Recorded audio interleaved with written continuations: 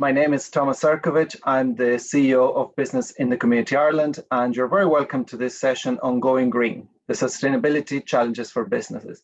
And I'm delighted to be joined by Dermot McArdle, Head of Business Markets for Electric Ireland. You're very welcome, Dermot.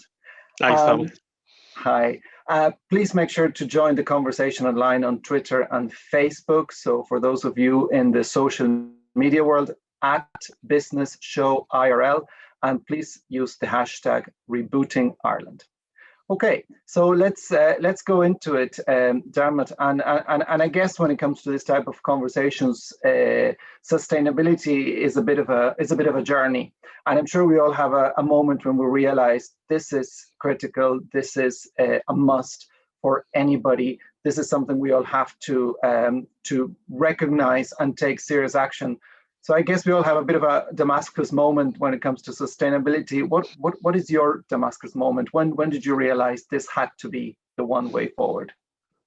So I suppose you're looking for when was my Pauline conversion. It's a tricky one to answer, but maybe I'll answer it in two ways if I can for you, Thomas. Maybe first from the business perspective, and then maybe secondly from a personal one. So if looking at the business perspective first, and in terms of Electric Ireland, I suppose it's been a journey that's been many years in the making for us. You mentioned it being a journey, and I think certainly for us as a company, it has been a journey.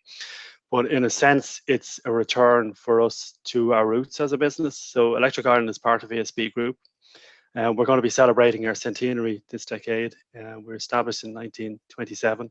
And when the company was established, we were a 100% renewable company. So Ardnacrusha was the first power station that was built down on the River Shannon, you know, at a very early stage and kind of in the country's development. It was anticipated that kind of, you know, the scale of the project would do the country in terms of its economic development and electricity needs for many decades into the future. It didn't last like that. We had to start building more power stations in the 1930s, also hydro stations. So as I say, in a sense, we're going back to our roots.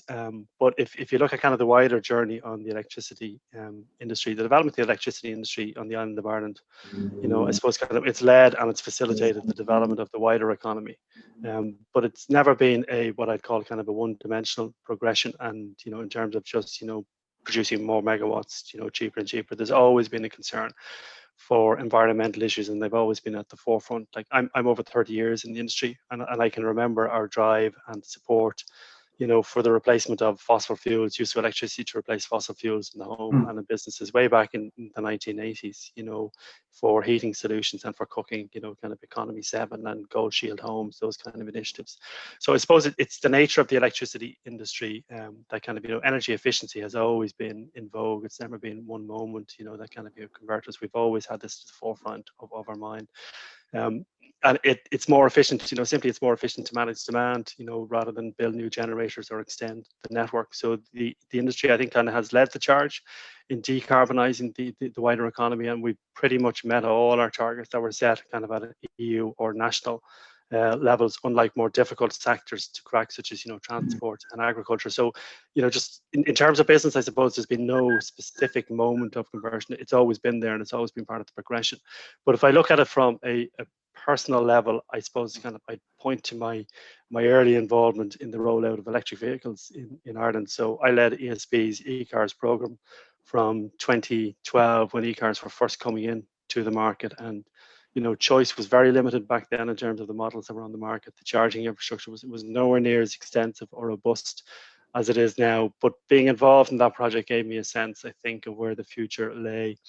And as a proponent of the switch to EVs, you know, there was a real call me kind of what I put my money where my mouth was. So I bought my first ever new car I've ever bought. I've only ever had kind of, you know, secondhand cars. So I bought an early model Nissan Leaf. You know, and at the time it was a pretty big investment, but one I'd have to say kind of in hindsight, I'm so glad I made. I still have the same car, you know, over 8 years later. It's still going as strong as it was that day I bought it. It's still saving me money, which is key. And I suppose it gives you a little sense of smugness that you're ahead of the curve, and I suppose you can't put a price on that. Yeah. Absolutely, and I think it's really interesting because we'll talk later about consumers and that challenge of maybe seeing this sustainability or this low carbon decarbonized world as unachievable, and it's great that I'm meeting one of the pioneers of electric vehicles in Ireland. So that is one big achievement. But Dermot, clearly, and I really like the way you put it, this is more than just generating more energy for industry and for households. It's about efficiency. So what sort of trends are you seeing right now in terms of renewables, self-generation, the whole smart solutions infrastructure for business? I'm sure there are great success stories happening in Ireland right now in that space. What's exciting that you can share with us? Well, I think all of those things that you mentioned, they're becoming kind of, so the self-generation, kind of the renewables, the smart solutions, they're all, growing trends. I think I describe them as in the electricity industry. In terms of the biggest kind of, success story we've had, I suppose, kind of is, on the national level, kind of the amount of wind generation and renewable energy that we have on the system as a whole. Like we're, I've said this before on previous occasions, kind of we're an island system off another island, off the northwest coast of Europe. It's a difficult space to be in geographically, but we have upwards of 40% of the energy being generated kind of from renewable sources on the island of Ireland. But looking at kind of the individual bits that you mentioned there, so self-generation behind the meter, that already exists. Kind of customers can net off their own self-generation kind of against their overall customer demand. We've seen that in the business sector for a while now, and I think what we're seeing now is that the leaking itself into the residential space as well, kind of as government grants and supports become available for people to install that level of self-generation, particularly in terms of solar panels. The capital costs of solar panels, the installation costs are dropping, conversion factors are improving, and it might have been, if you look back 10-15 years ago, we weren't really at the right latitudes to capture solar energy, but kind of the technology has moved on so that it does become kind of a cost efficient way of generating electricity, certainly at kind of the residential scale, but also kind of at larger scales than that. But I think kind of a key enabler is the provision of demand data. So it's not just that you consume electricity, but that you understand how you're consuming and what are the patterns in terms of your usage. So for us in Electric Ireland, we think that's a key enabler, and we kind of make provision of demand data to our customers, kind of a core part of our offerings, and not only just providing them with the data, but providing them, our customers, with the ways to interpret that data as well.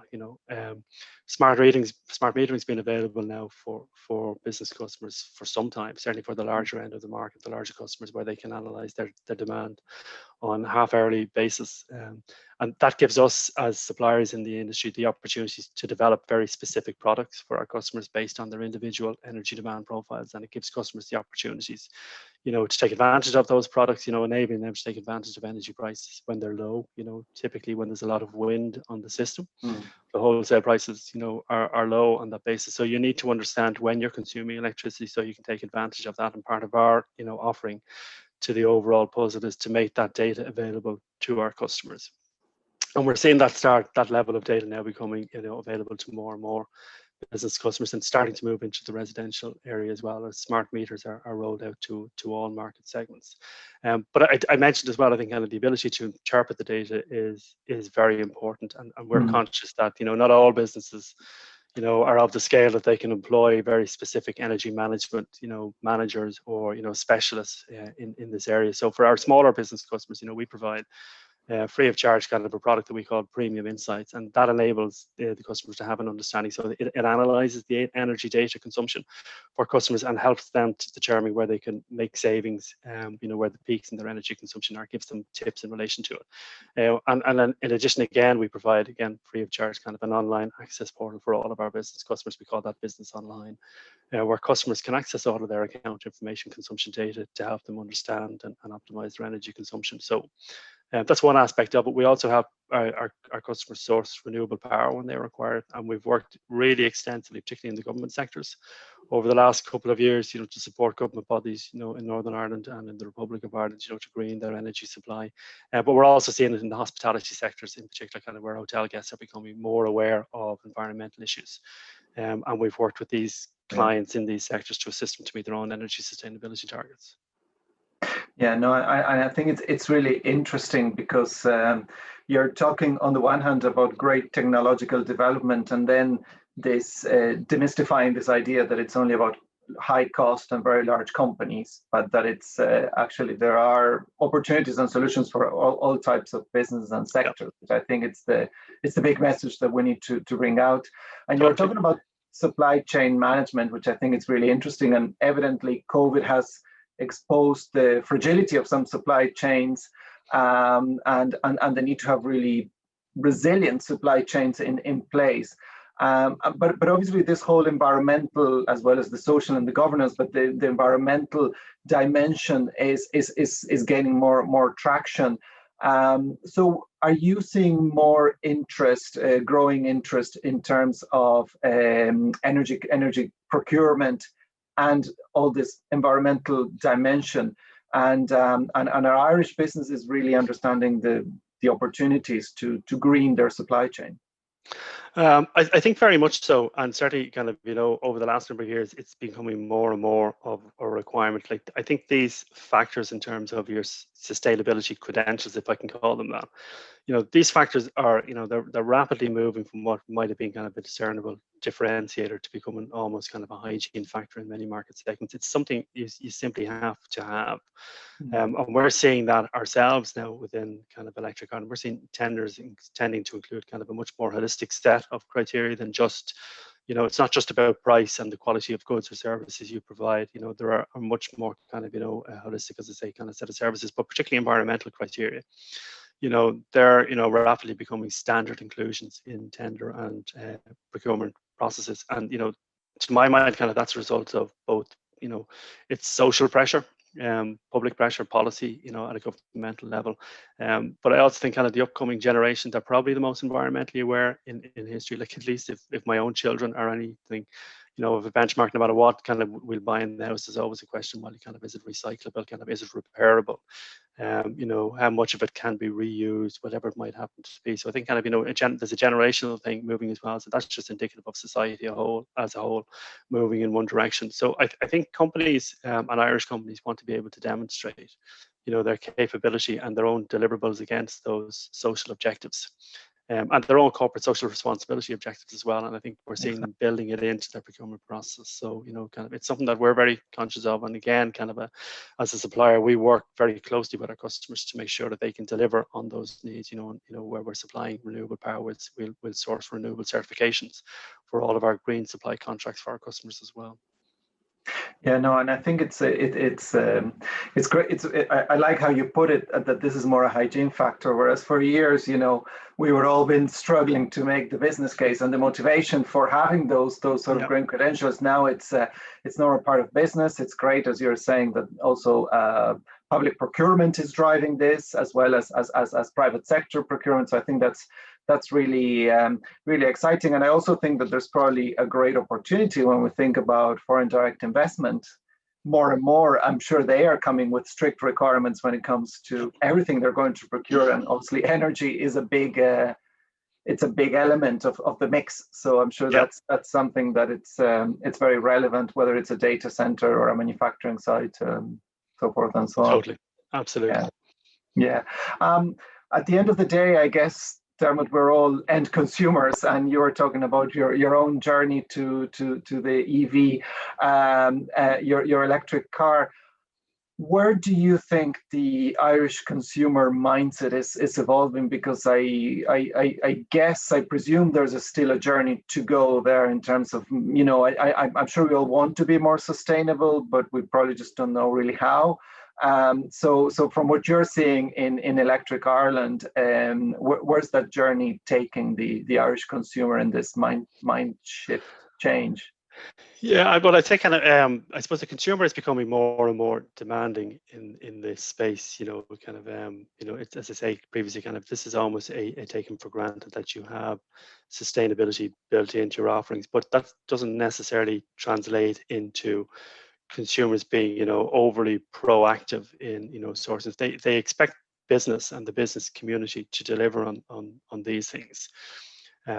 So I think that's the general direction. We're not just seeing it in Ireland. I think we're seeing it across the world. It's just an expectation. So it does drive back into, just go back into in terms of, the business supply chain.